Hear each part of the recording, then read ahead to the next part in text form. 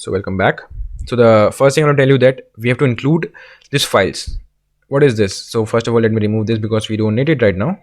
And this is include stdio.h. This is a header file which contains this all syntax, which is known as like this printf. And the another thing is like we have scanf and this while looping function. We'll learn this later, but for now just understand that it will contain something which is useful for our code and useful for our codes, and we need that repeatedly. So we have to include this stdio.h file, header file. This is a header file, we have to include this, otherwise our code will show us an error. Like if I run without this now, like let me remove this and let me save this, and if I run this, it will give me something known as error. But for now, it will not give me an error because I'm using a latest compiler.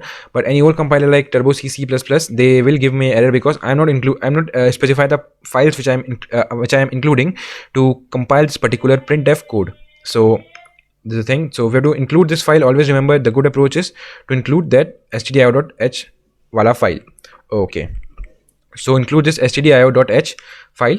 And what does it in int main means? So let me first remove the int part here. The main is a function. This is a function, and this is the curly braces we are specifying it here. And in this curly braces we are typing what we type here. Now it will automatically print on the screen, print on the output console or output terminal. So what are the things we write in this main? It will automatically print out for me. So for now, just understand what we write here will print. This will only print if I write outside of this. Like if I write printf and hello or like that, and yeah, spelling is mistake, don't worry. And if I try to run this, it will show me an error. What error? Error expected declaration specific or specifiers or before string constant. So the thing which has been written in this particular in this particular curly braces will only print, will only execute. Actually, the things which are outside of it will not execute. So let me remove this. And what is this main? Main means the function. Whatever we write in this, it will execute only. So yeah, we are successfully able to print hello world here. So what is the use of that writing int main? What is the use of it? Why we are writing int here? So the int means at the end of the day, end of the day, if you start your day with a smile, you will finish your day with a smile. That's a chronology which speak by many people, but that's not true sometimes. But there's a thing that if you start your day with a smile, you will finish your day with a smile. So if you start with int means integer. What is integer? So let me clear that concept first. So I'm using 2 forward slash to comment this line. So let me tell you one thing, that if you specify this forward slash, then this line will not execute. This will mark as a comment in our compiler, and compiler will not execute this particular line. So forward slash and int. What is int? Int is equals to, or symbol is equals to 1 2 3 4 5. Any natural number is integer. It's an integer, nothing else. It's an integer. So this is an integer. So the next thing is I can tell you that char. What is char? Char means character. Character should be anything like k, j, h, t, or any long characters are there also. These are the characters. Characters means anything on keyboard. You can specify 1 2 3 4 also, like 5 6 7 8 4. And symbols also, they also comes under the character. These are the characters. So this is characters. And the next thing is float. What is float? float. Float means simple decimal values, simple decimal point values, like 1.26 is a float value. This is not an integer. Remember, this is not an integer. This is part of integer, but it's not an integer. This is a float value. This is a decimal point value. 5.6. This is a float value, float operations. So these are three things. You have to learn these three things, to keep onto your mind that these are the three things we have to learn: int, char, and float.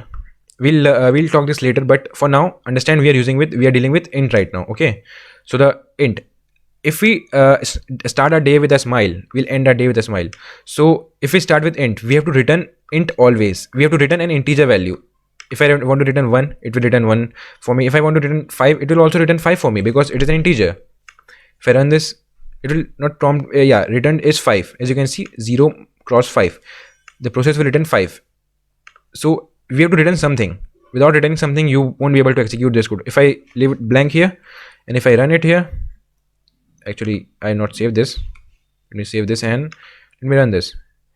It will run, but the it will automatically run because we are using latest compilers. But in older compilers, there's a that prompt me with an error, but we are using latest, so it's running. So return 0. But here the good approach is to return something. If you just remove this file, this thing also, it will run, but the good approach is to return something. Return 0. Always specify return 0. So because we are on the main function, that's why we are you're not able to understand the main use of it, return 0. But when we are going to learn functions in further tutorials, you will able to understand why it's important to return something. So yeah, so we are able to return 0 here, and we'll take integer and we'll returning 0. And there's another thing known as void.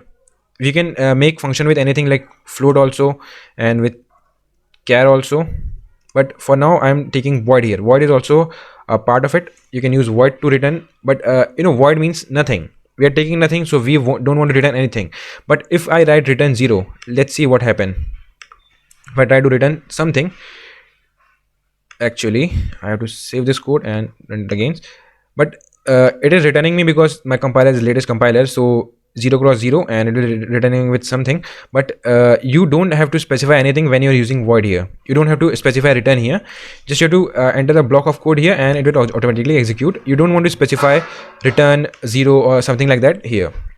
So this is the thing. I just run it once again, and it will run it for me.